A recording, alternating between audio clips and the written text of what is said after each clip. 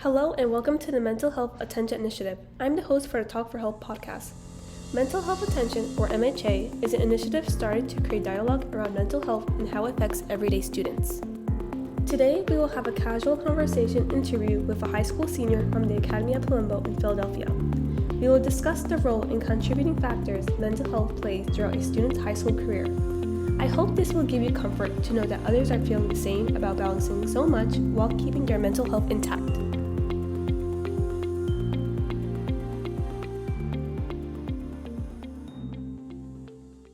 We will now begin the first question. How has high school affected your mental health throughout these last 4 years?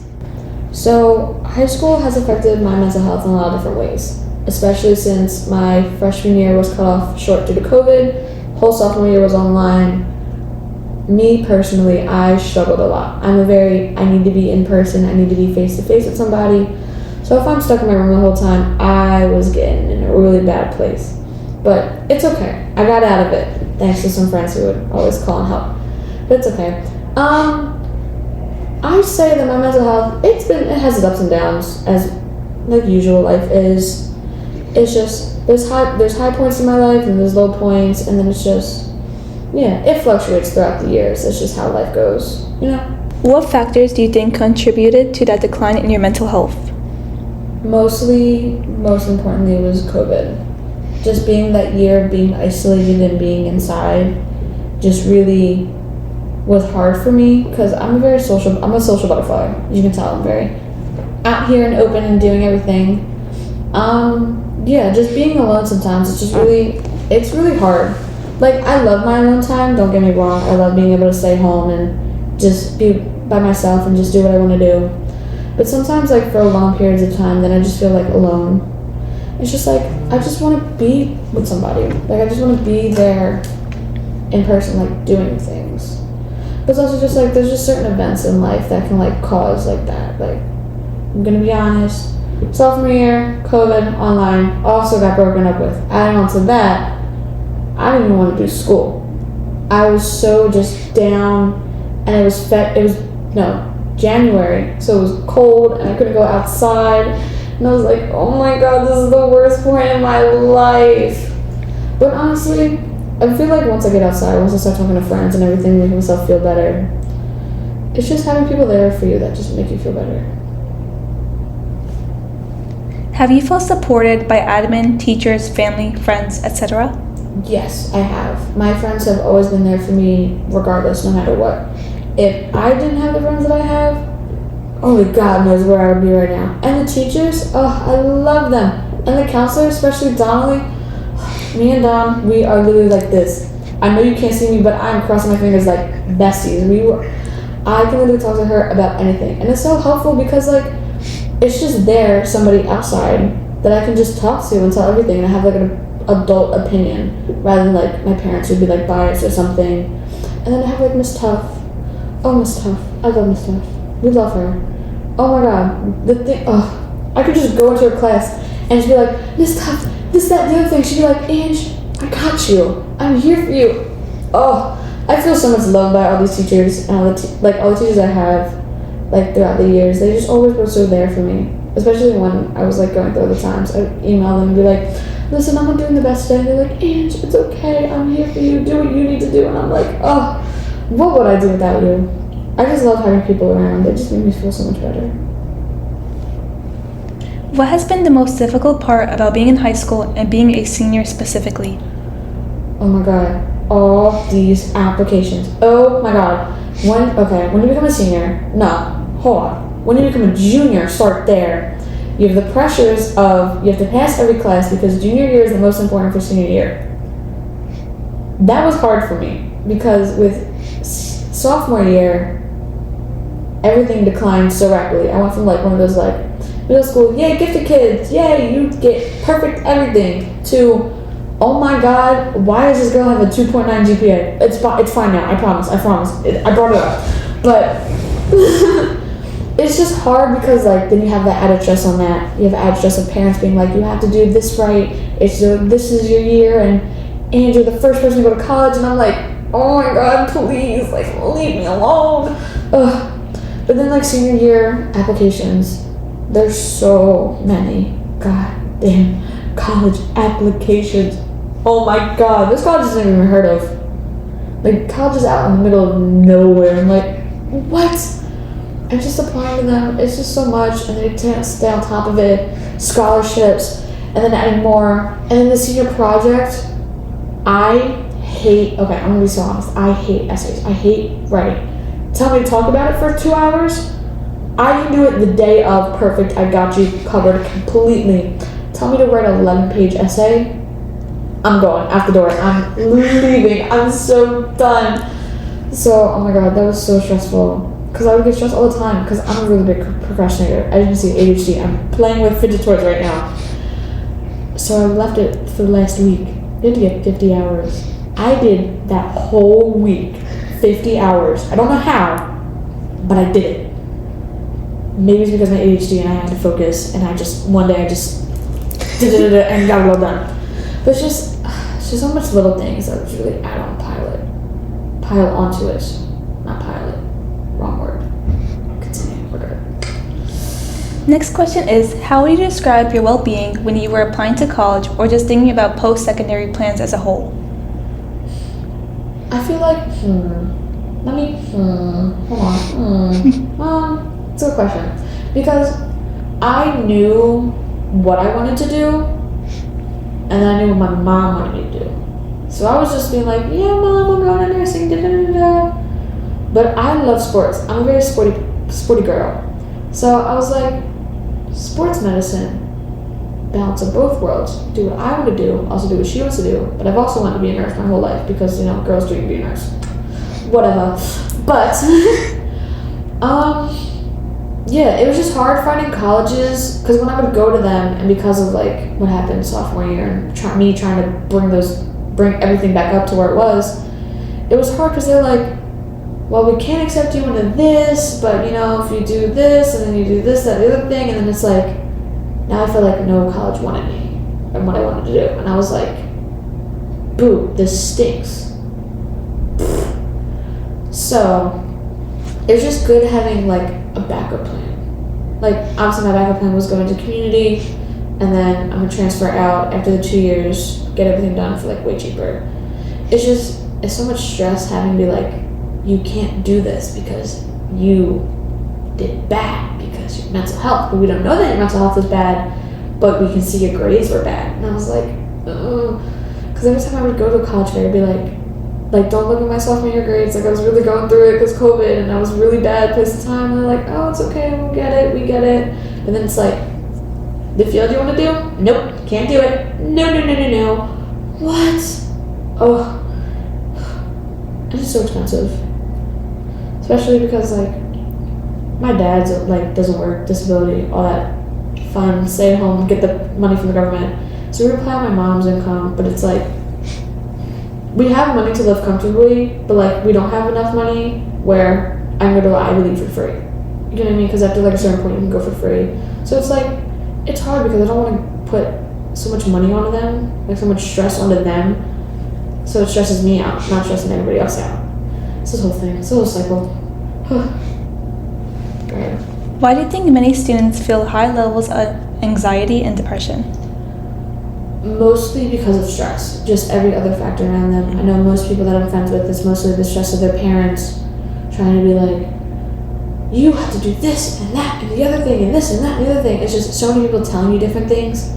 It just adds on to you because then you're not working for yourself, you're working for everybody else. You know what I'm saying? Mm-hmm. Like it's just, you want to be you, but you have so many other people telling you a million other different things that it's hard, and then it just keeps hitting you, and then you're like, now I don't want to do it.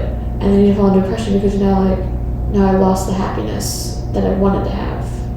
So then it's just like, booey, like, lame. Now you're just like depressed and everything. It's like some people, they don't have like, they can just be like, no, like, parent, I don't want to do this, and then it starts a whole fight and it just keeps getting worse. It's just like I feel so bad because like some people have the luxury of being able to like live happily and live freely, like what they want to do, and the parents just buy them 100%. But like my mom was always like, and you have to do this, you have to do that thing, and I'm like, you're stressing me out. Like please back up, I can't. do this more. And yeah, it just really hits people like really hard.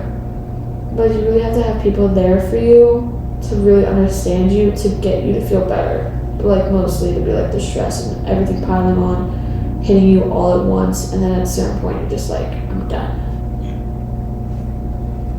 Do you think getting poor grades is a result of a declined negative mental health state? It's like iffy, because like for me, yes. But like if I showed you my grades right now for sophomore year, you'd be like, yeah, this girl's going through it. Yeah, I did pass out. I made it here senior year. Oh yeah, I passed. But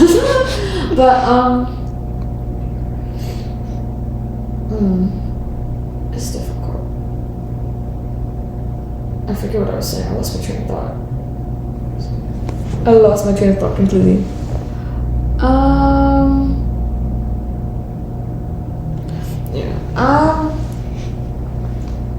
Yeah, for me it definitely was. I mean, though for other people, it's just like stress and just adding them on to other things in their life. Like it could be like somebody passed or something tragic happened, and it's just like that caused it. It might not be their mental health completely, because they could be like the happiest person, or just sometimes they just lose like that oomph that they have, that little spark, the passion that they have. It's just like that. Like I could be the happiest person in the entire world, but like if I lose the passion in something, then it's just like now I'm gonna reflect poorly on it.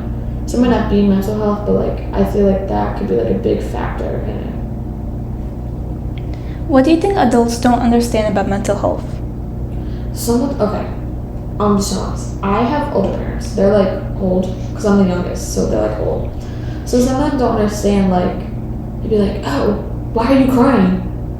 Because of this reason. Stop crying. What?